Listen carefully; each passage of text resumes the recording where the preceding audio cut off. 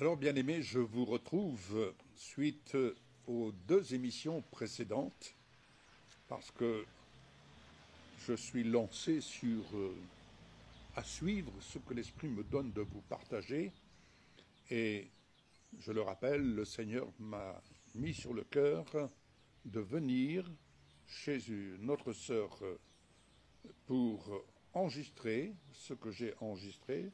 Et nous sommes là vraiment dans un excellent endroit, paisible, et en même temps pour bénir notre sœur. Mais je vais poursuivre sur Jésus guérit les malades.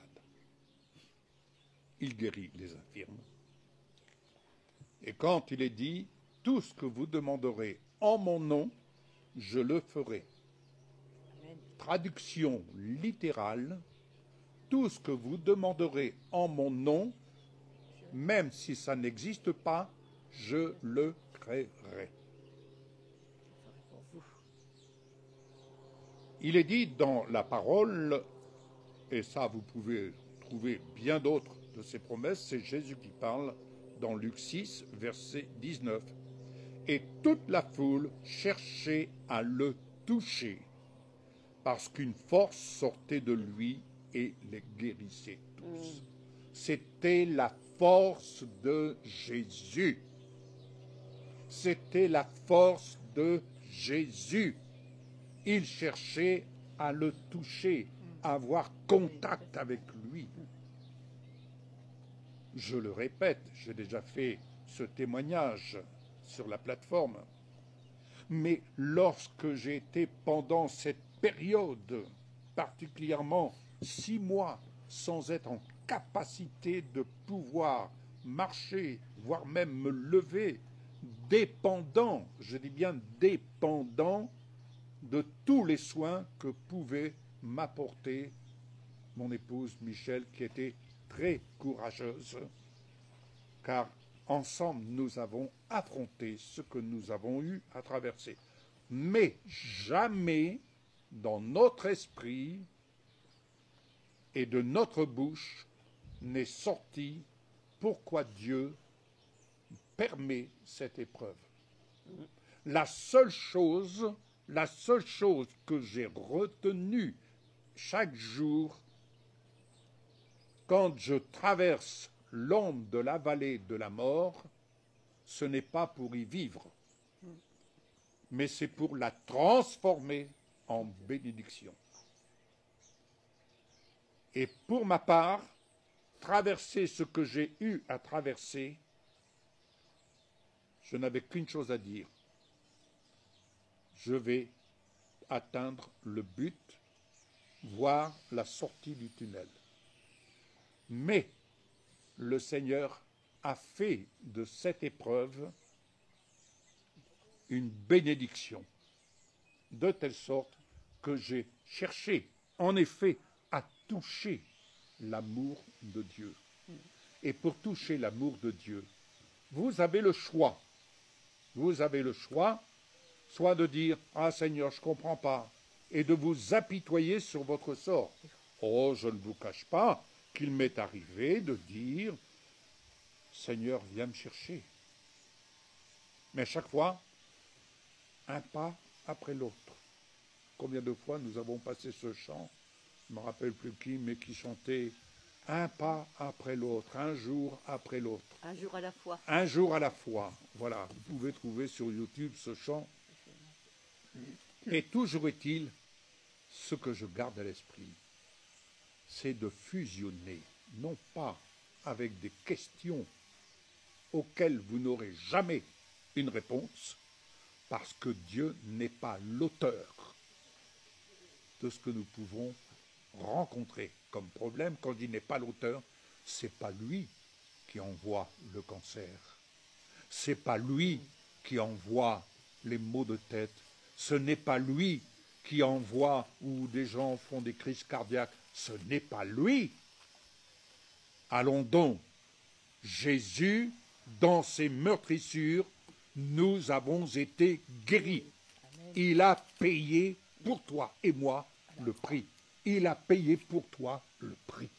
Ouais, amen. Le Amen. problème est réglé. Mais comme je l'ai dit il y a quelque temps, quelques jours, j'ai dit, nous avons un héritage. Voyez le contenu de la parole. Un serviteur de Dieu a dit, à juste raison, ne dites pas la Bible dit, et pour cause. Il y a la Bible de la cuisine, il y a la Bible de je ne sais quoi. Non, la parole nous dit. Autrement dit, nous avons hérité du contenu de l'Ancien et du Nouveau Testament. Ainsi, nous avons tout pleinement en Jésus. Nous avons tout pour vivre ce que le Seigneur nous assure conformément à sa parole, à savoir, comme ici, nous avons tout pour nous connecter à sa force, afin de trouver la guérison. Cette femme qui avait cette perte de sang, elle a tout dépensé pendant 12 années de sa vie, où elle a subi dans son corps les pires désagréments qu'une femme peut subir, on peut imaginer. Mais quand elle a entendu parler de Jésus, de ce qu'il faisait, de ce qui se manifestait par la puissance de Dieu qui habitait le Fils, lorsque les gens venaient toucher rien que le vêtement de Jésus, il y avait des corps qui étaient libérés des démons, des corps qui étaient libérés de la maladie et autres. Toujours est-il, bien-aimés, ce jour, c'est un jour où, si vous entendez dans votre cœur la voix du Seigneur, comme cette femme a pu l'entendre, Ouais. c'est peut-être aujourd'hui, je ne vais pas prophétiser, je dis simplement ce qui est écrit. Mais je ne suis pas à votre place, vous n'êtes pas à la mienne, je ne suis pas à la place de ma sœur, de mon épouse. Chacun d'entre nous peut entendre, comme moi-même j'ai pu entendre. C'est maintenant, au bout de 6 mois, lorsque mon médecin personnel a pu me dire, Monsieur Gravet, il n'avait aucun remède à me donner. Mais il m'a dit ceci, avec la grâce que vous connaissez, je répète, tu me corriges, chérie, ici, avec la grâce que vous connaissez, guérissez-vous vous-même. Ah, je peux dire que mon médecin a prophétisé. Vous savez, il est arrivé dans l'Ancien Testament, je n'ai plus la référence, le Seigneur, Dieu a parlé au travers d'un âne. Bien, vous savez, le Seigneur peut parler au travers d'un quelqu'un qui n'a pas le cœur converti, mais qui reconnaît la grâce qui repose sur nous. Et quand je suis sorti de là, mon épouse m'a dit, « T'as vu ce que t'a dit le docteur? Guéris-toi toi-même.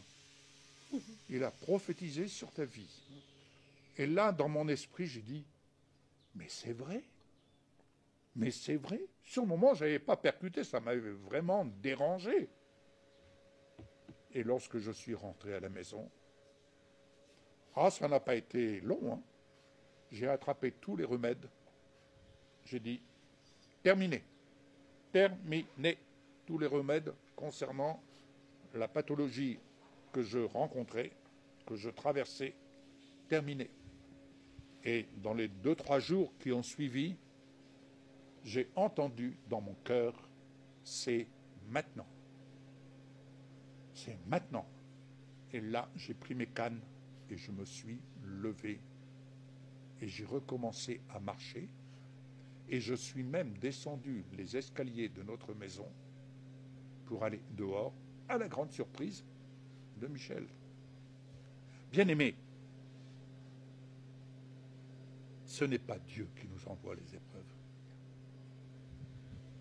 Mais tout simplement, l'adversaire se charge pour brouiller, pour embrouiller l'esprit des croyants, non pas l'esprit du monde. Le monde est déjà embrouillé, puisqu'ils ne connaissent pas le Seigneur. Donc ils sont déjà embrouillés, ils subissent, et pas étonnant qu'ils aillent voir des guérisseurs, que sais-je, qu'ils aillent voir tout ce qui vient occulter leur relation éventuelle, leur recherche éventuelle, leur rencontre éventuelle avec le Seigneur. Mais je parle particulièrement pour la chrétienté. Pardon. Je parle particulièrement pour la chrétienté. Donc aujourd'hui, bien-aimés, le Seigneur vous a guéri dans ces meurtrissures. C'est le moment, bien-aimés. C'est le moment, ma sœur. C'est le moment de chercher, comme cette femme a cherché la volonté du Seigneur, c'est de fusionner avec lui. Amen. Pas de se poser multitude de questions. Cette femme, elle ne s'est plus posé de questions. Non. Elle s'est dit, si seulement je puis toucher. Donc, il n'y a rien, absolument rien, qui vous interdit d'aller toucher. Oh, je prends cette autre parole. Lorsque on a amené ce paralytique au pied de Jésus, et les religieux observaient en disant, s'il est malade, c'est parce qu'il a péché. C'est parce que ça vient. Les religieux allaient fouiller. Vous savez, aujourd'hui, on va fouiller dans la vie des gens. On va fouiller dans la vie des gens. Écoutez ce que je vais vous dire. Un jour, j'ai été amené, nous avons été, quand je dis je, j'associe Michel parce qu'on est toujours ensemble, mais nous avons été amenés pour aller prier pour une jeune fille qui était en psychiatrie, hein, c'est ça. Hein. Et le Seigneur me dit, tu ne vas pas dans sa chambre. On était accompagnés de sa maman, et je demande à sa maman, est-ce que vous pourriez la faire sortir? Il faisait très beau, il y avait là un parc, et elle l'a fait sortir. On était assis sur un banc, et je n'avais pas du temps à perdre dans des discussions. Une jeune fille qui avait quel âge, 16-17 ans, je crois. Et puis devant moi, sur le lac, il y avait 2 cygnes. Vous voyez, les cygnes sont là, sur le lac. C'est beau, c'est majestueux. Et à un moment donné, il y a un des cygnes qui se retourne et qui va fouiller dans la vase. Et là, je dis à cette jeune fille, je lui dis, regarde ces 2 cygnes là-bas. Est-ce que ça te parle? Alors on était là qu'elle regardait avec des yeux bien ouverts. Et elle me regarde d'un air de dire, non, je ne comprends pas. Je comprends. Elle ne pouvait pas comprendre. Ben, dit, tu vois, tu as 2 choix. Elle était dans un lieu psychiatrique. Je n'ai rien contre les psychiatres, entendons bien. Mais, le Seigneur, lui, quand il veut dire quelque chose, il n'y va pas par 4 chemins quelquefois. Hein. C'était une image.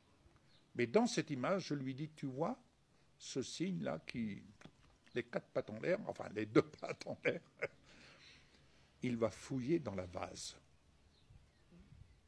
Mais l'autre regarde, c'est-à-dire qu'il va fouiller dans ce qui sent mauvais, dans ce qui pue, c'est de la vase. Mais regarde l'autre, il est là, il regarde autour de lui. Tu as le choix d'aller fouiller dans ta vie ancienne, ce qui sent mauvais, des questions de pourquoi, je ne comprends pas, et autres.